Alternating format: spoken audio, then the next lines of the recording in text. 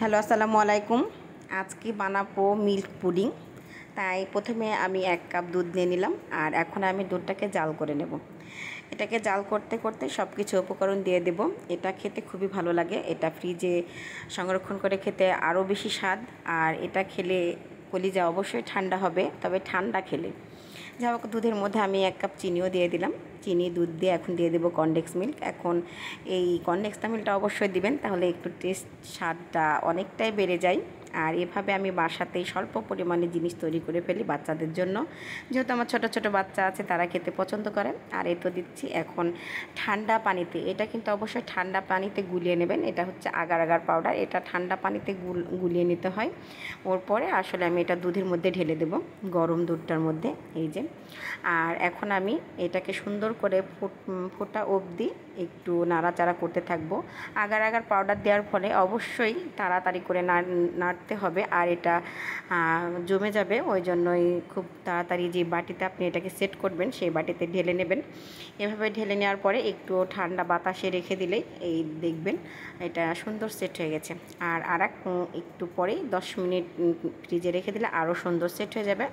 আর এ তো পাত্রে পানি নিয়ে চিনি নিয়ে একটু আগার আগার পাউডার দিয়ে দিলাম, আর এখানে 2 টেবিল চামচ আগার আগার পাউডার আমি ব্যবহার করেছি। আর এখানে আমি এগুলো সব উপকরণগুলো একসঙ্গে মিশিয়েই এখন আমি এটাকে জাল করে নেব।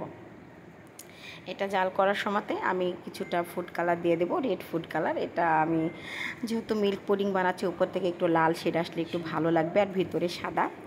ওই জন্য আমি আজকে রেড কালারটা দিয়ে দিয়েছি। আপনারা ইচ্ছা করলে ইয়েলো গ্রিন যা পারেন তাই দিতে পারবেন, খুবই ভালো লাগবে। তবে আমার বাসাতে এটাই ছিল, এটাই আমি দিয়ে দিচ্ছি। আর এভাবে জাল করে নেওয়ার পর এই তো দেখতে পাচ্ছেন সেই জমিয়ে নেওয়া মিল্কটাকে আমি সুন্দর করে এর মধ্যে ঢেলে দিলাম। আর এখন এটাকে একটু সুন্দর করে নাড়িয়ে দিব, যেন করে রেড কালারটা ওপরে নিচে দুই পাশেই সুন্দরভাবে পড়ে, আর এটা দেখতে খুবই ভালো লাগবে। এই যে আমি আলতো করে একটু ওইটাকে ধরে, যেহেতু ভেঙে না যায়, ওইভাবে আমি ওপর নিচ করে দিচ্ছি, যেন নিচেও লাল শেডটা পড়ে, তাহলে দেখতে খুবই ভালো লাগবে। আর এই তো দেখতে পাচ্ছেন কি সুন্দরভাবে জমে গেছে। এটা আমি নর্মাল ফ্রিজে রেখেছিলাম খুব ভালো করে সেট করার জন্য। এটা কি সুন্দর কালার আসছে।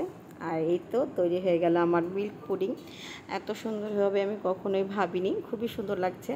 আর এভাবে আপনারা বাড়িতে খুব স্বল্প পরিমাণ উপকরণ দিয়ে তৈরি করে ফেলতে পারবেন মিল্ক পুডিং। বাচ্চারা তো চেটে ফুটে খাবে, সাথে বড়রাও খুব উপভোগ করবেন।